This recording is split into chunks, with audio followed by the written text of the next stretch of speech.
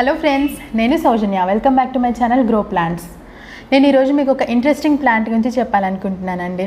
నార్మల్గా మొక్కలు అనగానే మట్టిలో కానీ cocopeat different types of growing మీడియంలో పెరుగుతూ ఉంటాయి. కొన్ని రకాల మొక్కలు మనీ ప్లాంట్ కానీ ఫిలోడెండ్రమ్ ఇవైతే వాటర్లో కూడా పెరుగుతూ ఉంటాయి. సో వాటర్ కానీ మట్టి కానీ ఇవి రెండూ లేకుండా గాలిలో ఉన్న తేమని ఆధారంగా చేసుకొని పెరిగే మొక్కలు కూడా ఉంటాయి. వాటిని మనం ఎయిర్ ప్లాంట్స్ అంటాము, ఫిలెన్సియా ప్లాంట్స్ అని కూడా అంటారు. సో అందులో ఒక వెరైటీ ఇది స్పానిష్ మాస్. ఇది థిన్ వెరైటీ యాక్చువల్లీ. దీన్ని సిల్వర్ గోస్ట్ ప్లాంట్ అని కూడా అంటారు. సో ఈ పర్టికులర్ ప్లాంట్ గురించి నేను మీకు ఈరోజు ఎక్స్ప్లెయిన్ చేద్దామనుకుంటున్నాను. అంటే దీనికి ఎప్పుడైనా మనం వాటర్ చేయాలా, వాటరింగ్ చేస్తే ఎలాగ చేయాలి, ఇంకా దీనికి సన్లైట్ ఎంత అవసరం ఉంటుంది, దీన్ని ప్రాపగేట్ ఎలా చేయాలి, ఇంకా దీనికి ఏమైనా ఫెర్టిలైజర్స్ అవసరం ఉంటాయా, పెస్ట్స్ ఏమన్నా అటాక్ అవుతాయా, నేను ఎవ్రీథింగ్ మీకు ఈ వీడియోలో క్లియర్గా ఎక్స్ప్లెయిన్ చేస్తానండి. దీన్ని స్పానిష్ మాస్ అంటారని చెప్పాను కదా, ఆ పేరు ఎలా వచ్చిందో చెప్తాను ముందు. ఇది మాస్ కూడా కాదు, ఇది మాస్ కైండ్ ఆఫ్ స్ట్రక్చర్ ఉంది కాబట్టి దీన్ని మాస్ అని అంటూ ఉంటారు. అండ్ ఇది స్పానిష్ బియర్డ్ టైప్లో ఉంది కదా మనకి, దీన్ని ట్రీ హెయిర్ ప్లాంట్ అని కూడా అంటారు. సో ఇది స్పానిష్ బియర్డ్ టైప్లో ఉంది కదా, అందులో నుంచి స్పానిష్ మనకి మాస్ టైప్లో కనిపిస్తుంది కాబట్టి మాస్, స్పానిష్ మాస్ అని అలా పేరు వచ్చిందనమాట. సో బేసికలీ ఇది ఎయిర్ ప్లాంట్, థిలాన్సియా ప్లాంట్. ఓకేనా. సో దీనికి చిన్న చిన్న ఫ్లవర్స్ ఉన్నాయి, మీకు చూపిస్తాను నేను. యాక్చువల్లీ ఇది ఫ్లవరింగ్ ప్లాంట్ అనమాట.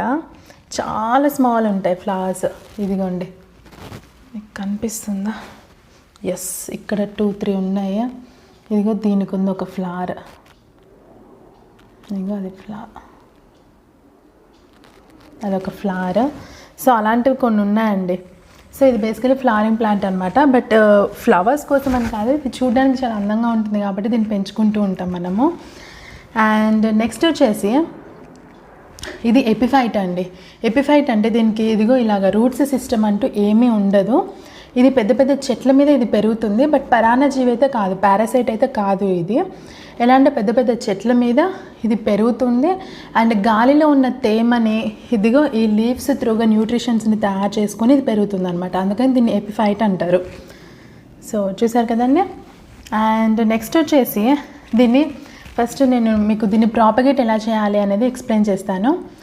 ఎలా అంటే దీనికి సీడ్స్ కూడా వస్తాయి యాక్చువల్గా. బట్ సీడ్స్ త్రూ ప్రాపగేషన్ అనేది చాలా స్లోగా ఉంటుంది. సో మోస్ట్లీ చాలామంది ఏం చేస్తారంటే దీన్ని కటింగ్ తీసుకొని దీన్ని ప్రాపగేట్ చేస్తారు. సో అది నేను మీకు ఎలా చేయాలి అనేది నేను మీకు క్లియర్గా ఎక్స్ప్లెయిన్ చేస్తాను ఇప్పుడు. సో ఇది ఇప్పుడు ఇలా ఉంది కదా, దీన్ని మనము ఇప్పుడు చూస్తే ఇది ఇంత థిక్గా ఉంది కదా. సో మనం కొంచెం పార్ట్ ఇది ఇలా యాక్చువల్లీ వేలాడుతుంది. సో ఇందులో మనము ఇదిగో ఈ పార్ట్ తీసుకున్నాము. ఓకే, ఇది ఇలా ఉంచేసి ఈ పార్ట్ తీసుకొని మనము ఇదిగో ఇంత పొడుగు తీసుకున్నాను నేను.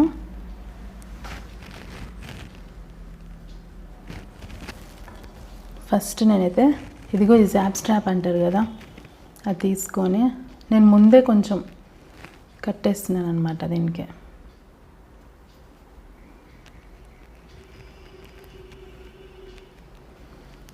ముందే కట్టేస్తే ఏంటంటే మనకి చిన్న చిన్న పీసెస్ కూడా వేస్ట్ కాకుండా ఉంటాయి అన్నమాట. సో చాలా లూజ్గా కట్టాను, మీరు చూస్తే ఇదిగోండి,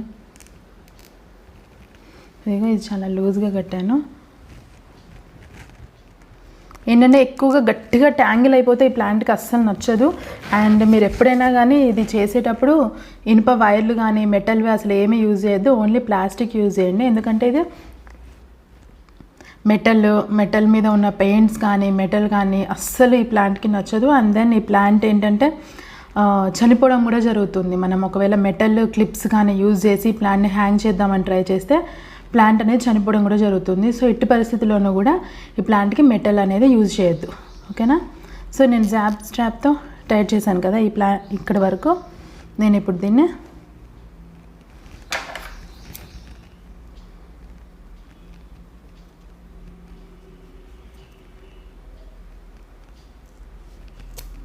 కట్ చేశాను.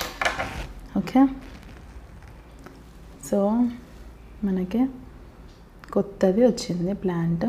దీన్ని ఇలాగా జాబ్ స్ట్రాప్తో కొంచెం టైట్ చేసి ఇంకా ఇదన్నమాట. ఓకే, దీన్ని మనం ఎక్కడ కావాలంటే అక్కడ హ్యాంగ్ చేసుకోవచ్చు. ఇదిగో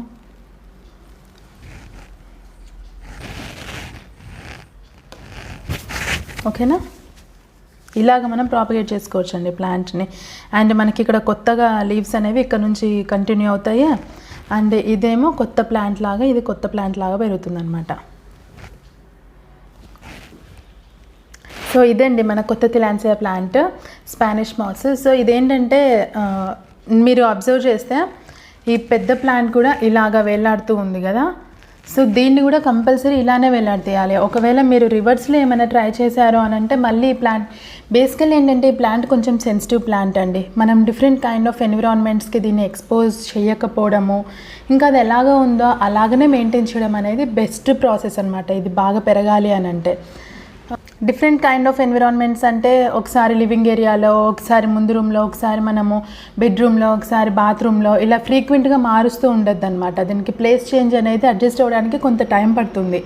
ఎందుకంటే నేను చెప్పాను కదా, ఇది మొత్తం న్యూట్రిషన్స్ అన్నీ కూడా ఇది గాలిలోంచే తీసుకుంటుంది. సో ఆ పర్టికులర్ వాతావరణంకి ఇది అలవాటు పడి ఉంటుంది కాబట్టి మనం ఫ్రీక్వెంట్గా దీనికి ప్లేసెస్ చేంజ్ చేయడం అనేది మంచిది కాదనమాట.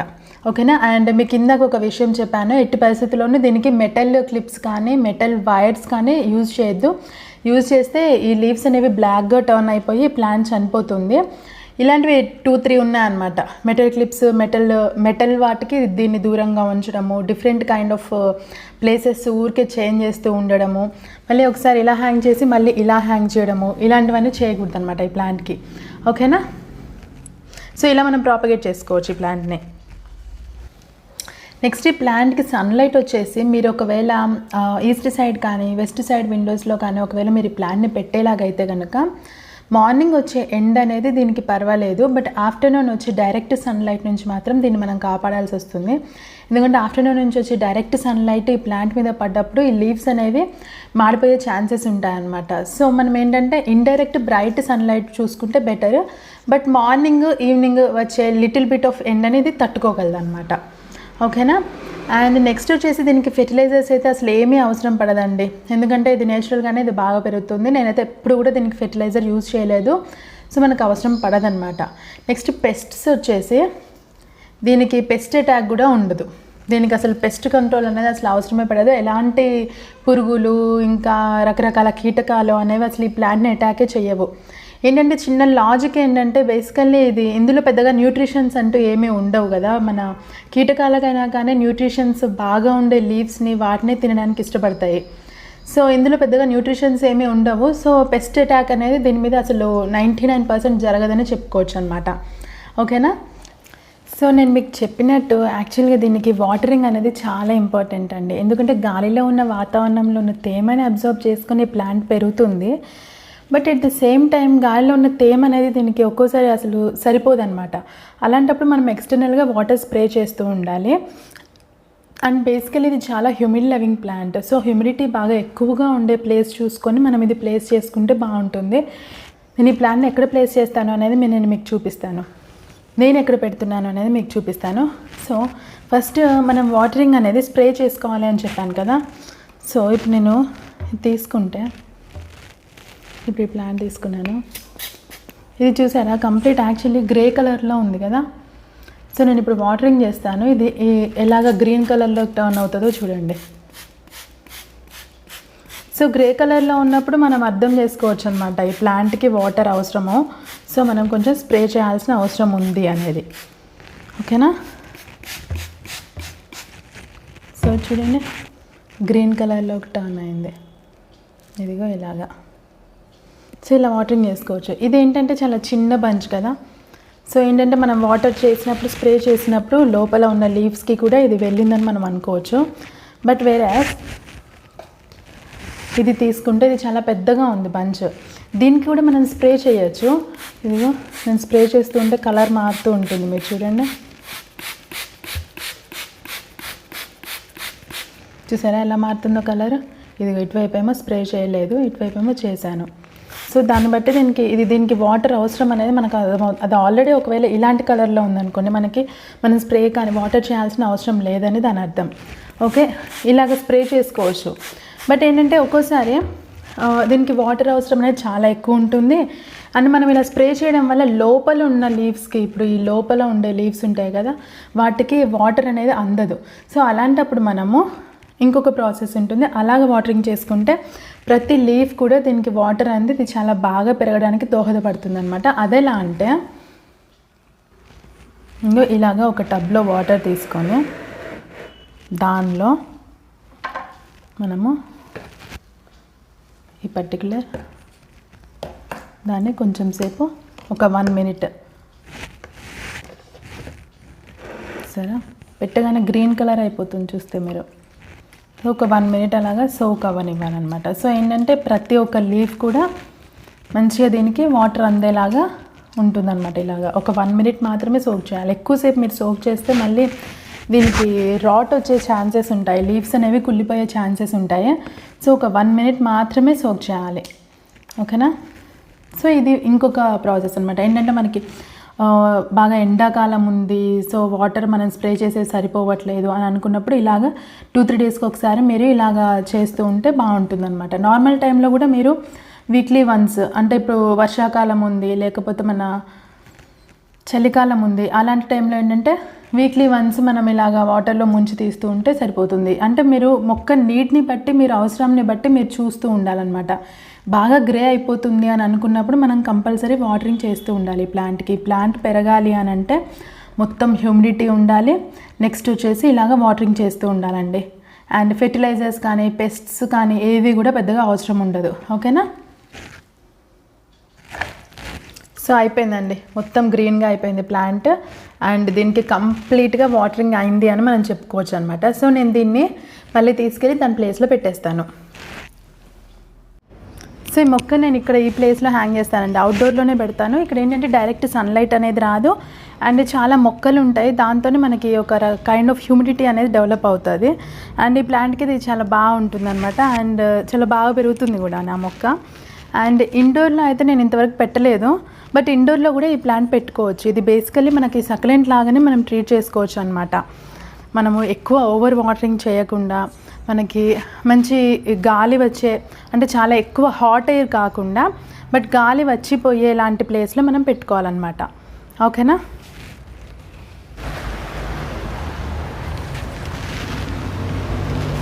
అంతే. సో అదండి మన స్పానిష్ మాస్ విశేషాలు. మీకు క్లియర్గా అర్థమైందని నేను అనుకుంటున్నాను.